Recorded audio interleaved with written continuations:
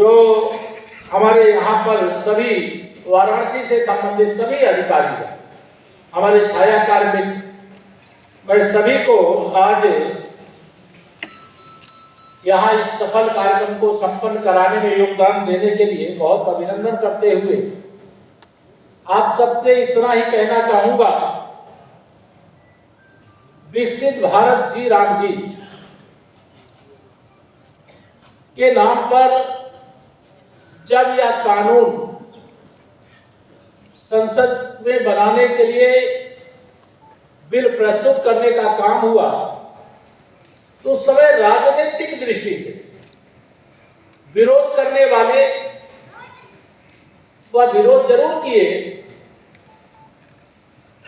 लेकिन इसके उद्देश्य को जब वो जान गए तो कई चीजें लोकतंत्र है तो लोकतंत्र में सदन के अंदर विरोध करने के लिए भी विरोध की औपचारिकता की जाती है,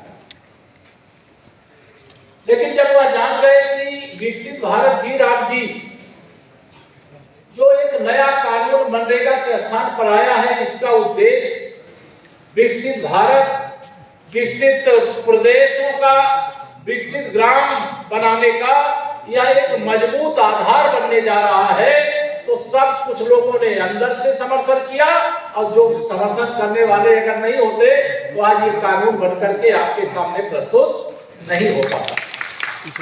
तो यह इसका उद्देश्य बड़ा ऐतिहासिक है। 10 लाख करोड़ रुपए से अधिक मनरेगा के नाम पर गांव के विकास के लिए हमारे श्रमिक भाई बहनों को रोजगार देने के नाम पर खर्च किया गया, लेकिन श्रमिकों के जीवन स्तर में या गांवों का जो स्वरूप बदलना चाहिए, उस गांव के स्वरूप को बदलने के लिए बिना योजना के पैसे को ऐसे खर्च किया जाता रहा जैसे इसका कोई उद्देश्य ही ना हो, केवल बंदर बाट होती। अगर हमें गांव का विकास करना है तो हमारे पास एक तो रोड मैप होना चाहिए। अभी मुझे आदर्श ग्राम के संबंध में कैसे कैसे क्या क्या होना चाहिए अभी यहाँ के अधिकारी लोग मुझे दिखा रहे थे, मैंने उनसे जो कहा वही बात आपसे दोहराता। कोई शहर का जब विकास होता है तो उसका एक मास्टर प्लान बनता, विस्तृत कार्य योजना बनती कि आने वाले 50 साल के बाद भी जो पीढ़ियां आने वाली हैं, जब आबादी बढ़ेगी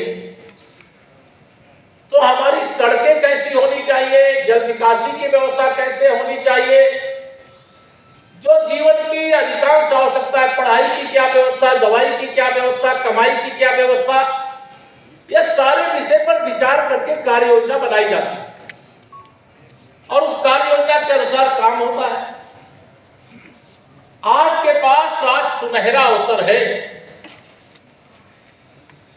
इसका डिटेल तो अधिकारी लोग बताएंगे, लेकिन मैं इतना ही बता दे रहा हूं कि ये जो विकसित भारत जी राम जी है, इसमें पीएम गति शक्ति के नाम का एक पोर्टल है। इसका मतलब यह है कि जो सड़क पहले लोग बनाते थे, गांव की कच्ची बनावे चाहे पक्की बनाओ, जो तालाब पहले खोदते थे चाहे वह खोद के फिर से उसको भरे और फिर खोदने का काम करें, अब यह डुप्लीकेसी नहीं होगी। अब क्या होगा, पीएम गति शक्ति का मतलब है कि अगर अपने गांव के हर घर तक आप आवागमन और जल निकासी की अस्थायी व्यवस्था करना चाहते हैं तो उसकी कार्य योजना आपको बनाना पड़ेगा। अभी कमलेश जी बहुत अच्छी बात कह रहे हैं। देश के माननीय प्रधानमंत्री श्री नरेंद्र मोदी जी का, जिनका यह संसदीय क्षेत्र है, वो पिछले 25 वर्षों से, पहले वह गुजरात के मुख्यमंत्री थे, अब वह देश के प्रधानमंत्री, 13 वर्ष मुख्यमंत्री के रूप में, 12 वर्ष प्रधानमंत्री के रूप में, इतने लंबे समय तक शासन के मुखिया के नाते जिम्मेदारी निभाने का जब अवसर मिला तो उन्होंने उस अवसर को गंवाया नहीं मित्रों। जब वह गुजरात के मुख्यमंत्री थे तो दुनिया में जितने भी प्रदेश थे उन प्रदेशों में गुजरात नंबर 1 पर रहता था, गुजरात नंबर 1 पे रहता था। और जब से माननीय श्री नरेंद्र मोदी जी प्रधानमंत्री बने हैं, वह भारत नंबर 1 कैसे हो जाए इसके लिए दिन रात मेहनत करते हैं, एक दिन की भी छुट्टी नहीं लेते। देश के अंदर हो चाहे विदेश के अंदर, लगातार एक उनके जीवन का लक्ष्य है। अगर विकसित अमेरिका बन सकता है, विकसित चीन बन सकता है, विकसित ब्रिटेन बन सकता है, तो विकसित भारत भी बन सकता है। उसका लक्ष्य दे दिया। यहां मेरे झारखंड के भी मित्र आए हैं। अगर आप अपना कोई लक्ष्य नहीं रखोगे तो उसको प्राप्त करने के लिए प्रयास कैसे करोगे? हम लोग राष्ट्रीय स्वयंसेवक संघ के स्वयंसेवक के रूप में समाज सेवा की शुरुआत की, देश सेवा की शुरुआत की, और वहां एक गीत गाया जाता था कि लक्ष्य तक पहुंचे बिना पथ में पथिक विश्राम कैसा। लक्ष्य है अति दूर दुर्गम, मार्ग भी हम जानते हैं, किंतु पथ के कंटकों को हम सुमन ही मानते हैं, फूल ही मानते हैं। अगर आप लक्ष्य नहीं रखोगे, अगर विकसित भारत का लक्ष्य माननीय प्रधानमंत्री श्री नरेंद्र मोदी जी ने रखा तो 25 करोड़ लोगों को गरीबी रेखा से बाहर निकालने का काम उन्होंने कर दिया है। अब तक आप सभी ग्राम प्रधान या सरपंच या मुखिया जो भी नाम से आप जाने जाते हैं, आपसे अगर मैं पूछूं कि जितने प्रधानमंत्री आवास योजना के नाम पर आवास माननीय श्री नरेंद्र मोदी जी के प्रधानमंत्री बनने के बाद मिले, क्या उसके पहले 60 साल तक कांग्रेस थी और राज्यों में और कोई और सरकारें रही होंगी, उन लोगों ने इतना काम किया था क्या? दोनों हाथ में बताइए, किया था क्या? लक्ष्य ही नहीं, उनके पास विजन ही नहीं है।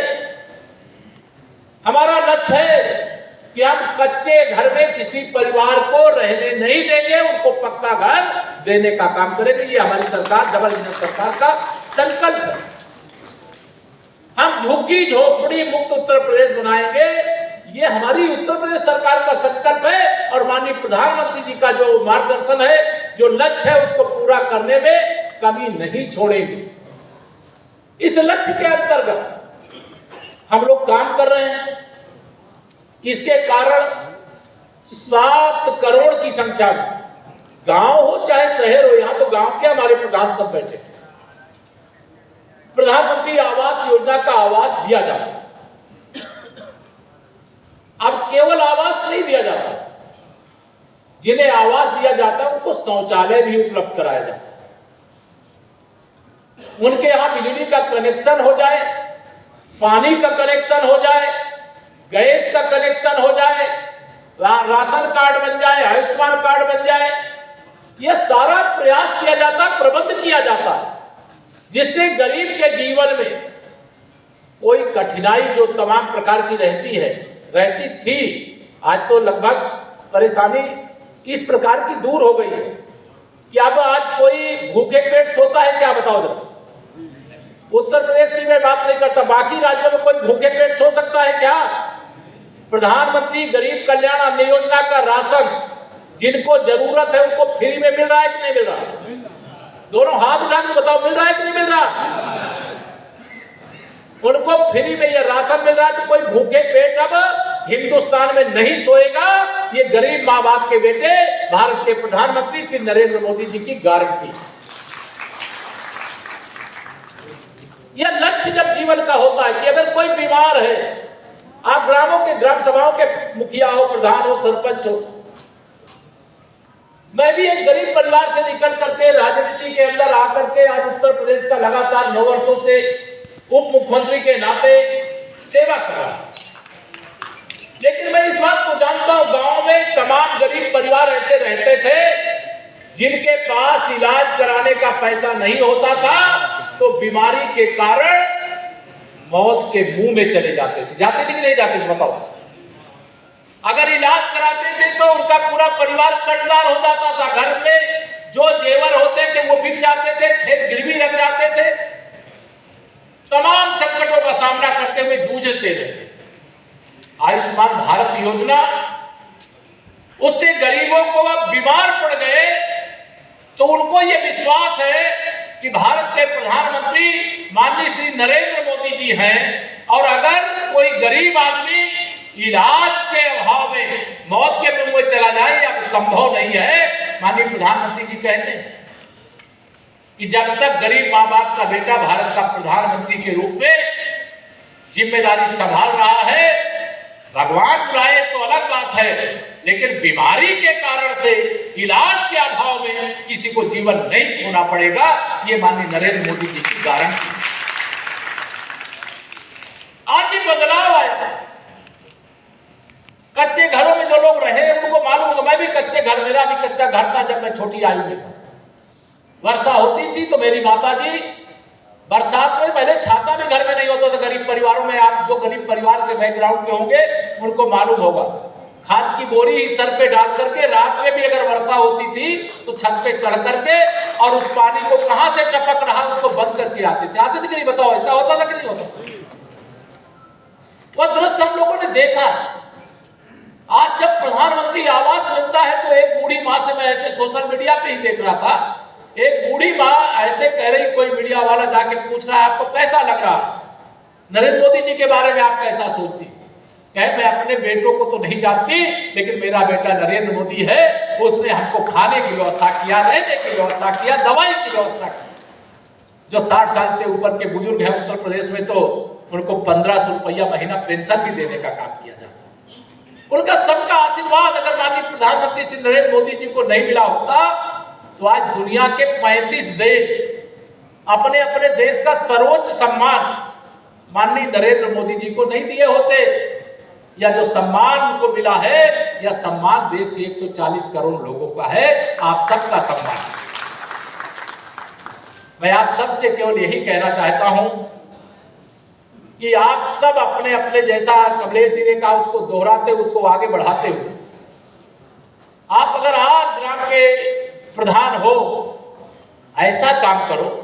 आरक्षण प्रक्रिया में हो सकता है कि कोई गांव किसी आरक्षण श्रेणी में बदल जाए, लेकिन आप ऐसा काम करो कि जिसके ऊपर आप उंगली रखो अगला प्रधान भी वही बने। सरकार की इतनी योजनाएं हैं, महिला सशक्तिकरण के लिए मैं देखता हूं अभी दीदियां वो 15,000 20,000 रुपया महीना कमा करके पूरे समूह में बंटवारा करती हैं, लेकिन उनके चेहरे की चमक देख करके मुझे तो इतना सुकून मिलता है कि मैं आपको बता नहीं सकता। जितना सुकून 15-20 लाख रुपया महीना कमाने वाला नहीं खुश रह सकता, उससे ज्यादा लखपति दीदियां खुश रहती। और आज इस प्रकार की योजना है। आज हम लोग उत्तर प्रदेश में अभी बहुत एक बड़ी योजना, जिस क्षेत्र की, जिस ग्राम सभा की जैसी जरूरत हो उस प्रकार के उत्पाद बनाने के लिए, अगर वो दूध का उत्पादन करना चाहते, दूध का उत्पादन करने के लिए महिला उद्यमी क्रेडिट कार्ड योजना उत्तर प्रदेश में हम लोग शुरू करने जा रहे हैं।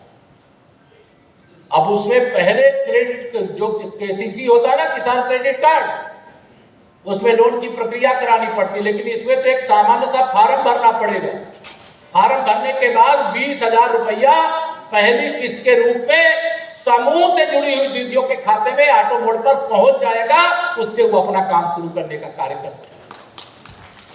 मैं आप सबसे ये कहना चाहता हूँ, ये समूह की दीदियां, कई बार मैं जानता हूँ बहुत से ग्राम प्रधान घबराने लगते, अरे समूह तो बड़ा ताकतवर हो गया है, इसको कमजोर करो, नहीं अगला प्रधान तो यही बन जाएगा।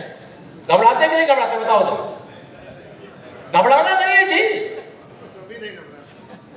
घबराने की जरूरत नहीं है। अगर महिला सशक्तिकरण देश के माननीय प्रधानमंत्री जी चाहते हैं, उत्तर प्रदेश के आदरणीय मुख्यमंत्री जी चाहते हैं, हमारे भारत सरकार के मंत्री जी चाहते हैं, हम लोग चाहते हैं, तो आप लोग भी चाहिए। ये देश की आधी आबादी है, और आधी आबादी जब सशक्त हो जाएगी तो आप ये समझ लीजिए कि आपका परिवार और आपका गांव सशक्त हो जाएगा, विकसित भारत बन जाए, विकसित उत्तर प्रदेश बन जाए, विकसित ग्राम सभा बन जाए। लेकिन परिवारों का अगर विकास नहीं होगा तो विकसित ग्राम सभा कैसी, विकसित उत्तर प्रदेश कैसा, या जो राज्य आए मैं उनका सबका नाम नहीं ले रहा, तो विकसित भारत कैसा। हम तो हर गरीब को अमीर बनाने के संकल्प के साथ माननीय प्रधानमंत्री श्री नरेंद्र मोदी जी के नेतृत्व और मार्गदर्शन में, उत्तर प्रदेश के आदरणीय मुख्यमंत्री योगी आदित्यनाथ जी की अगुवाई में हम लोग यहाँ काम कर रहे हैं। बिहार में भी हमारी ही सरकार, उत्तराखंड में भी हमारी सरकार, झारखंड में अभी हम सरकार में नहीं है लेकिन मुख्य विपक्षी पार्टी है, लेकिन जनता की सेवा के प्रति पक्ष और विपक्ष से नहीं देखा जाता। आप सबको भी यही आह्वान है, वर्तमान प्रधान, पूर्व प्रधानगण, भावी प्रधान जो लड़ना चाहेगा, कार्य योजना तो सबके साथ मिलकर के बनाइए। कौन सा मोहल्ला ऐसा है, कौन सी गली ऐसी है, कौन सा तालाब ऐसा है, कौन सा हमारे गांव का सामूहिक जो गांव का सार्वजनिक स्थल है जर्जर अवस्था में पड़ा है, उसके नवीनीकरण की योजना है। अभी तो हम लोगों ने उत्तर प्रदेश में योजना बनाई है कि 30 लाख रुपए की लागत से हर ग्राम सभा में एक ऐसी फैक्ट्री जो समूह की दीदियां उत्पाद बनाती है, उनका पीएम आवास मिला, उनके घर नहीं है, घर में जगह नहीं है, तो कहां बनावे, तो गांव में ही ऐसी फैक्ट्री, समूह की फैक्ट्री के नाम से वो जाना जाए, ऐसा कार्य करने का हम लोगों ने विचार किया है। आने वाले समय में इसको हर ग्राम सभा में बनाने का काम, ये लक्ष्य